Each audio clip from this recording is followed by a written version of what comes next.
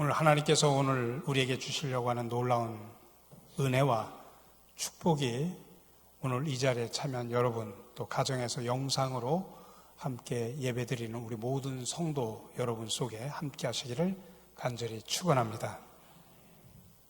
좀 우리에게는 좀 불편한 이야기입니다만은 사실을 있는 그대로 우리가 볼 필요가 있습니다. 예장 합동총회가 발표한 일반 국민 및 종교 및 기독교에 대한 인식 조사라는 발표가 있는데, 거기에 보면 일반 국민 과반수는 향후 10년 후에 종교를 믿는 사람들이 감소할 것이다. 65.3%가 향후 10년 내에 다른 종교보다 개신교 교인들이 더 많이 감소할 것이다 라고 봤습니다. 그리고 54.6%는 한국 교회가 미래 사회에서 영향력이 감소되고, 또 10명 중 7명, 한 68%가 한국 교회가 우리 사회에서 부정적인 영향을 미칠 것이다 라고 봤습니다. 특별히 한 71%는 교회에 대한 부정적인 이미지를 가지고 있습니다. 특별히 교회에 대한 부정적인 이미지로 떠올리는 것은 성직자들의 각종 비리, 범죄, 부패, 사기 등이 가장 많았고, 또 교회 안에서 너무 강요적이고 너무 과한 전도, 또 교인들의 집단 이기주의, 또 뉴스에 나오는 부정적인 비리와 부정, 부패 등 이런 것들이 꼽혔습니다. 참 안타까운 일이죠.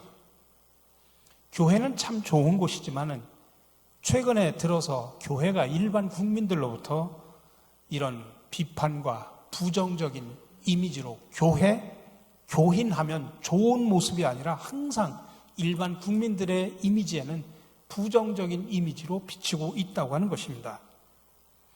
여기에 분명히 많은 문제점들이 있다고 하는 사실을 우리는 솔직하게 인정하고 고백하고 또 참회하고 돌아서야 합니다. 복음 전도자인 루이스 팔라우라는 분은 흙의 비유를 통해서 교회의 본질을 설명을 했습니다. 그에 의하면 교회는 걸음과 같다라고 그렇게 쉽게 표현을 했습니다. 여러분, 걸음을 한 군데 쌓아두면 악취가 납니다. 그런데 그 걸음을 땅에 골고루 이렇게 뿌리면 세상을 비옥하게 만듭니다. 교회가 그렇다는 것입니다. 교회는 세상을 위해서 존재하는 겁니다. 그렇기 때문에 교회가 세상으로 나가지 않고 교회에서 모여 있기만 하면, 우리끼리만 의싸 하면은 악취가 풍겨난다는 이야기입니다. 근데 우리만의 관심으로 살면 교회에서는 악취가 난다는 이야기입니다. 그러나 우리가 세상으로 나가서 거기서 섬기며 사랑을 베풀면 향기가 나고 세상을 비옥하게 만들 수 있다고 하는 것입니다. 그래서 영국의 윌리엄 템플이라는 사람은 교회를 어떻게 표현했냐면, 자신의 일원이 아닌 다른 사람들의 유익을 위해 존재하는 세상의 유일한 공동체가 교회다, 그렇게 표현을 했습니다. 그렇습니다. 교회는 남을 위해 일하고 섬기는 공동체입니다. 세상을 위해 존재하는 기관입니다. 본 회퍼의 이야기대로 타자를 위한 공동체가 바로 교회입니다. 출애굽기 33장 19절에 보면, 나는 은혜 베풀 자에게 은혜를 베풀고 긍휼히 여길 자에게 긍휼을 베푸느니라 라고 하나님께서 말씀하셨습니다. 하나님은 받을 만한 자를 아신다는 이야기입니다. 은혜 베풀 만한 교회를 아십니다. 부디 바라기는 우리 교회가 세상에 축복의 통로가 되고 세상에 은혜를 줄 수 있는, 세상에 희망을 줄 수 있는 그런 교회로 거듭나기를 간절히 소망합니다. 여러분도 사람들 가운데 이렇게 보면 부자가 될 자격이 있는 사람이 있습니다. 건강할 자격이 있는 사람이 있습니다. 저는 우리 교인들이 좋은 부자, 좋은 그리스도인들이 되기를 간절히 바랍니다. 고린도후서 8장 1절에 보면 하나님께서 마게도냐 교회들에게 주신 은혜라고 하는 말이 나옵니다. 마게도냐 교회들이라고 말할 때 구체적으로 어느 교회냐면 빌립보 교회, 데살로니가 교회, 베레아 교회 등을 말합니다. 하나님께서 교회들에게만 주시는 은혜가 있습니다. 교회를 통해 주신 은혜가 있다는 이야기입니다. 그래서 교회가 세상을 향한 축복의 통로가 되어야 되고 교회가 있음으로 인해서 세상이 좀 더 좋아져야 됩니다. 교회는 하나님께서 은혜를 주시려고 세우신 하나님의 기관입니다. 그러므로 우리 교회가 세상에 은혜와 축복을 전달하는 교회가 되기를 간절히 바랍니다. 리플리의 책 가운데 보면 믿거나 말거나라고 하는 책 속에 이런 이야기가 있습니다. 5달러짜리 쇠 한 덩이를 가지고 말의 편자를 만들면 50달러를 벌고, 바늘을 만들면 5,000달러를 벌고, 시계를 만들면 5만 달러를 번다는 이야기입니다. 같은 것을 가지고 만들지만 결과의 가치가 다르다는 이야기죠. 우리가 같은 마음, 같은 여건이라도 사람에 따라서 결과는 현저하게 다릅니다. 환난이 고통을 만드는 사람이 있습니다. 그러나 똑같은 환난을 가지고 기쁨을 만들어내는 사람이 있습니다. 가난이 옹색함을 만드는 사람이 있습니다. 반면에 가난이 풍성함을 만드는 사람도 있습니다. 무엇을 만드느냐라고 하는 것은 본인 자신의 몫입니다. 교회는 긍정적이고 생산적인 기관입니다. 우리 교회를 통해서 환난이 기쁨이 만들어지고 가난이 풍성함을 만들어낼 수 있는 그런 좋은 교회가 되기를 저는 간절히 소망을 합니다. 이런 교회가 될 때 우리 교회는 세상에 은혜를 줄 수 있는 그런 교회로 거듭날 수 있습니다. 그러기 위해서는 먼저 환난과 시련 가운데서도 기쁨을 주는 교회로 거듭나야 됩니다. 오늘 2절 상반절에 보니까 환난의 많은 시련 가운데서 그들의 넘치는 기쁨과 라고 표현하고 있습니다. 환난과 시련이 그 교회들의 기쁨을, 또 성도들의 기쁨을 빼앗지 못했다는 이야기입니다.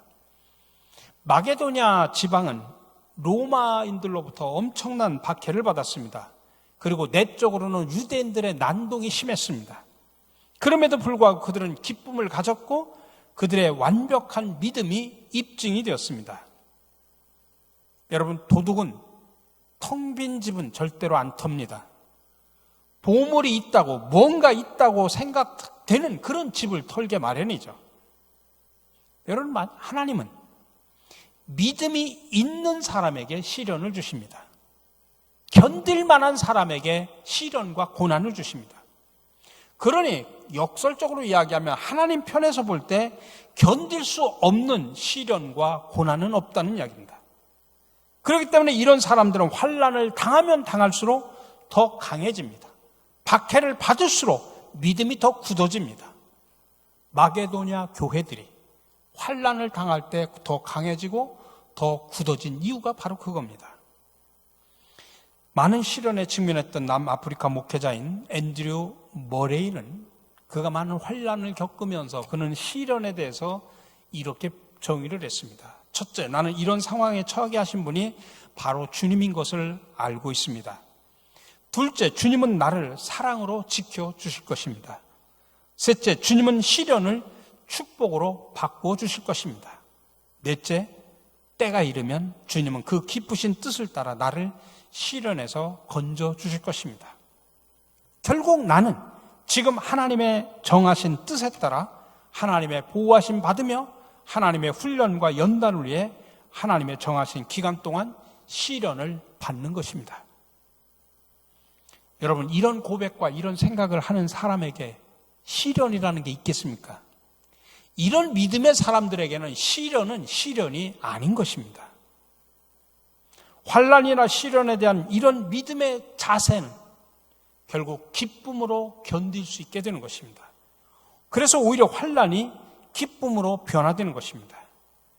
고린도후서 6장 10절 상반절의 바울의 고백처럼 근심하는 자 같으나 항상 기뻐하고 라고 표현하고 있습니다. 샤멜 슈메이커는 크리스천에게 나타난 가장 뚜렷한 증거는 믿음이나 사랑도 아닌 기쁨이라고까지 그는 그렇게 표현을 했습니다. 그렇습니다. 기쁨은 기독교의 거대한 비밀입니다. 이 기쁨은 다른 사람들이 알지 못하는 하나님께서 주신 비밀입니다. 그래서 시련은 하나님이 내리신 선물이라고 그렇게 말을 하는 것입니다. 인간의 진실한 가치는 삶에 있어서 그 사람의 시련을 만날 때에야 비로소 그 모습을 보이게 되고 드러내게 됩니다. 여러분, 우리 그리스도인들의 기쁨은 슬픔으로부터의 도피가 되어서는 안 됩니다. 고통과 시련이 여전히 닥쳐와도 구원받은 자의 기쁨을 앗아갈 수가 없는 법입니다. 여러분들, 환난과 시련이 고통이 된다고 하면 예수를 믿지 않는 사람들하고 믿는 사람하고 다를 게 뭐가 있겠습니까?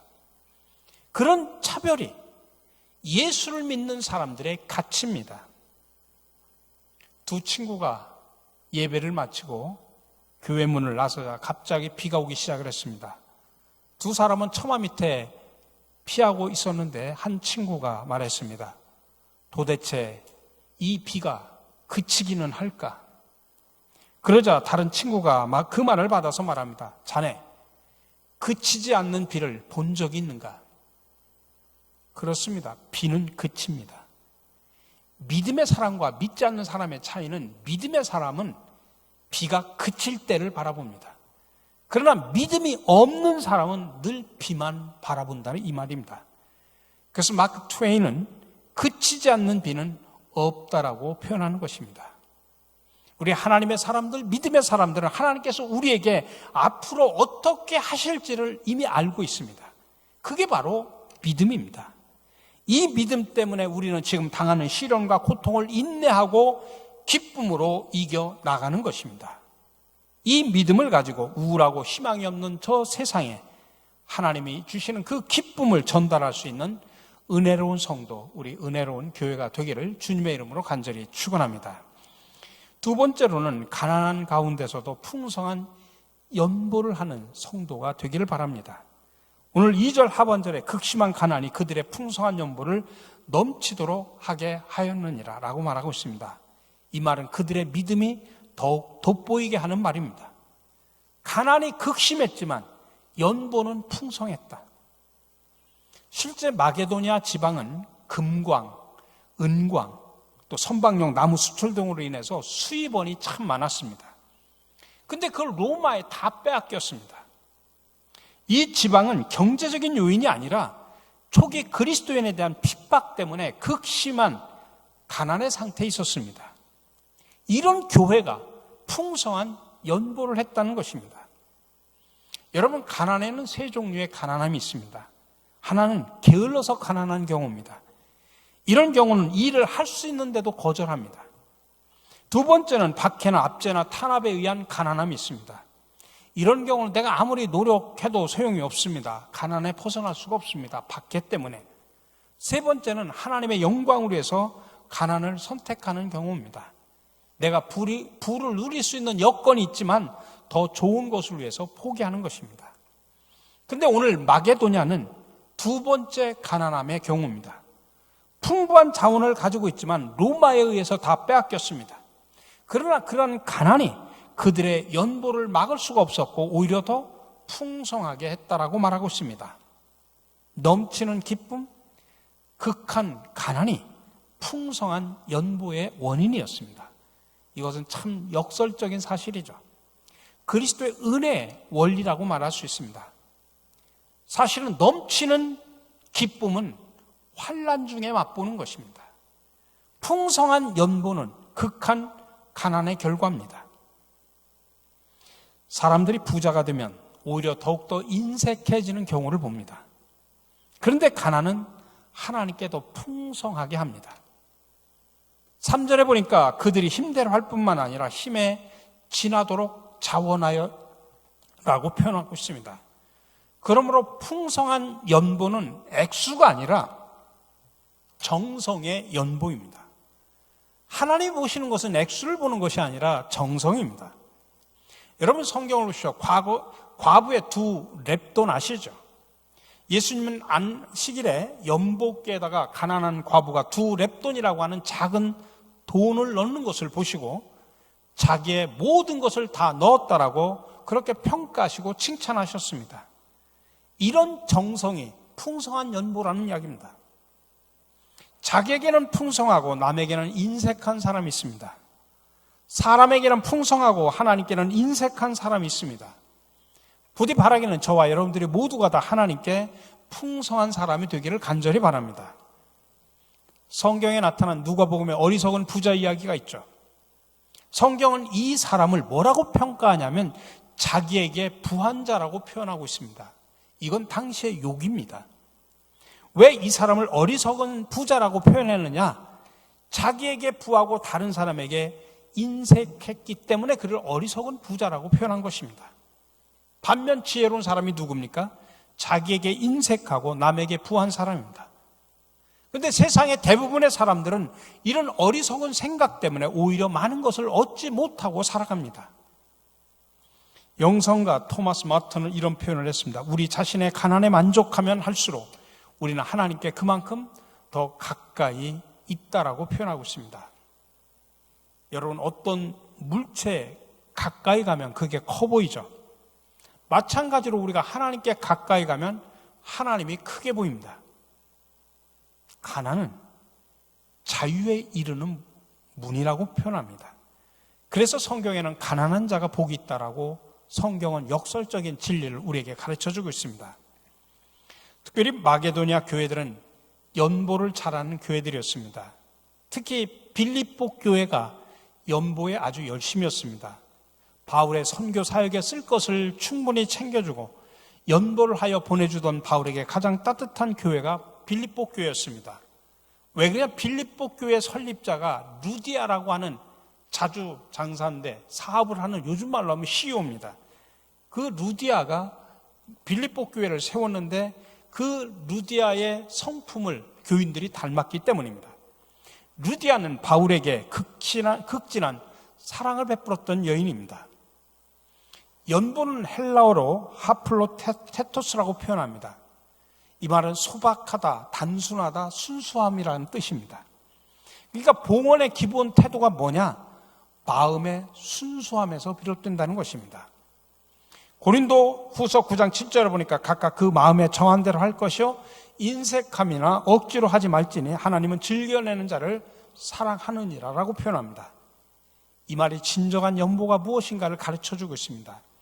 인색하거나 억지로 아닌 순수함의 연보가 참된 연보라는 것입니다.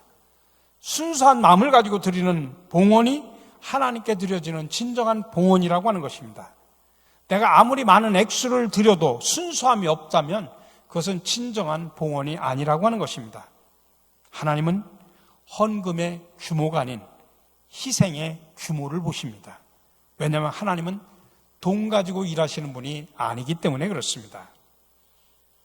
제가 지지난주 금요 심야 기도회 설교 통해서 참여하지 못한 분들에게 제가 카카오톡으로 제가 보내드린 기억이 납니다. 거기에 그런 글이 있죠. 어느 한 교회 주보 광고의 카피 문구입니다. 헌금이란 신앙으로 하는 것입니다.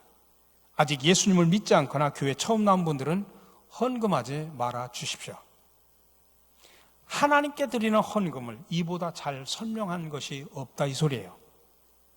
그 광고의 카피를 보면서 여러분 한번 생각해 보십시오. 우리가 준비한 게 헌금인지 아니면 그냥 물질인지, 내가 절차에 따라 드려지는 헌금인지 하나님을 향한 진실한 신앙의 고백인지를 한번 살펴보시라는 이야기입니다. 맥스 루케드는 그의 책에서 성장하는 사람은 4가지 습관이 있다고 표현합니다. 하나는 기도하는 습관, 2번째가 공부하는 습관, 3번째가 봉헌의 습관, 마지막 4번째가 친구의 습관이라고 표현했습니다. 그렇게 좋은 신앙적인 습관을 가지고 있어야 우리가 좋은 그리스도인, 좋은 교회가 될 수 있다고 하는 것입니다. 우리가 너무나 잘 알고 있는 손양원 목사님 있죠. 그의 2 아들 동인, 동신 순교자로 만들고 교회에다가 감사 헌금을 했습니다. 근데 그 감사 헌금의 봉투의 내용이 이런 겁니다. 2 아들을 순교자로 주심에 감사를 드립니다. 목사님은 큰아들인 동인을 미국에 유학을 보내려고 유학 준비로 모아둔 돈을 통째로 다 바쳤습니다. 아들이 없으니 그 돈도 필요 없게 되어 하나님이 아들을 데려갔으니 이 돈도 하나님께 바친다라고 하면서 드렸습니다. 그는 육신적으로는 아들을 잃었지만 그의 마음은 풍성했습니다. 고린도후서 6장 10절 하반절에 보니까 가난한 자 같으나 많은 사람을 부유하게 하고라고 표현하고 있습니다. 사람들은 가난하다고 말하지만 하나님께서는 가난하다고 말하지 않습니다. 하나님께서는 다른 사람을 부유하게 할 것을 나에게 공급해 주시겠다라는 의미를 담고 있는 이야기입니다. 마치 보리떡 5개와 물고기 2마리를 가지고 기적을 베푸실 때 예수님께서 아무것도 없는 빈 털털인 제자들에게 너희가 먹을 것을 주라고 이야기합니다. 아니, 제자들이 뭘 갖고 있는데 그 수많은 사람에게 너희들이 먹을 걸 주라고 빈털터리들에게 이야기를 합니까? 예수님께서는 사람들에게 줄 것을 제자들에게 주시겠다, 그 말씀입니다. 그 말씀이 그 속에 담겨져 있는 것입니다. 여러분, 토미 텐이라고 하는 사람이 쓴 하나님의 관점이라는 책이 있습니다. 근데 이 책을 읽다 보면 그 책 속에 믿음의 확대경이라는 이야기가 나옵니다. 확대경을 가지고 보면 하나님이 더 커 보인다는 이야기입니다. 거기에 아브람을 예를 듭니다. 평생 아브람은 돋보기를 사용했던 사람입니다. 그래서 아브람의 인생을 확대경, 믿음의 인생이라고 표현합니다. 떠나라면 떠납니다. 자식을 바치라면 바칩니다. 하나님이 커지고 환난은 적어지는 삶을 살았습니다. 그 일을 할 때 얼마나 시련과 고난과 고통의 눈물을 흘렸겠습니까? 근데 그는 시련과 환난을 크게 보지 않고 하나님을 크게 보면서 순종했다, 이 말씀입니다. 여러분의 한번 신앙을 보십시오. 여러분은 볼록 거울의 신앙을 갖고 계십니까? 아니면 오목 거울의 신앙을 가지고 살아 계십니까? 보이지 않는 하나님을 가까이 가서 크게 보고 신앙생활 하십니까? 아니면 크신 하나님을 저 멀리 가서 작게 만들어 놓고 신앙생활 하십니까? 우리가 흔히 하나님을 영화롭게 하다라는 표현을 합니다. 근데 그 영화롭게 한다는 말은 아름답게 하다라는 말하고 같은데 실제 이 말의 뜻은 확대한다는 의미가 담겨져 있습니다. 그 말은 뭐냐면 하나님을 영화롭게 한다는 이야기는 하나님을 확대하여 크게 만든다는 이야기입니다. 하나님을 가까이 가서 크게 보는 것을 말하는 것입니다. 그러니 사랑하는 성도 여러분, 여러분이 세상에 살아가면서 환난과 시련을 확대하지 마시고 하나님을 확대하시면서 살아가시길 바랍니다. 가난을 확대하지 마시고 하나님을 확대하시기 바랍니다. 이때 비로소 환난과 시련이 기쁨으로 다가오게 되는 것입니다. 이때 비로소 가난 속에서도 풍성한 연보를 하게 되는 것입니다. 교회는 이런 은혜를 받는 곳입니다. 그리고 교회를 통해서 이런 은혜가 세상에 공급이 되는 것입니다. 환난과 시련 가운데서도 기쁨을 주시고 풍성한 연보로 세상을 풍성하게 하는 저와 여러분들, 우리 교회가 되기를 간절히 바랍니다. 우리 교회가 이런 교회가 되어서 진정으로 세상에 은혜를 주고 희망을 주고 하나님의 맛과 빛깔을 드러내는 우리 교회, 우리 모든 성도 여러분들이 되시기를 주님의 이름으로 간절히 축원합니다.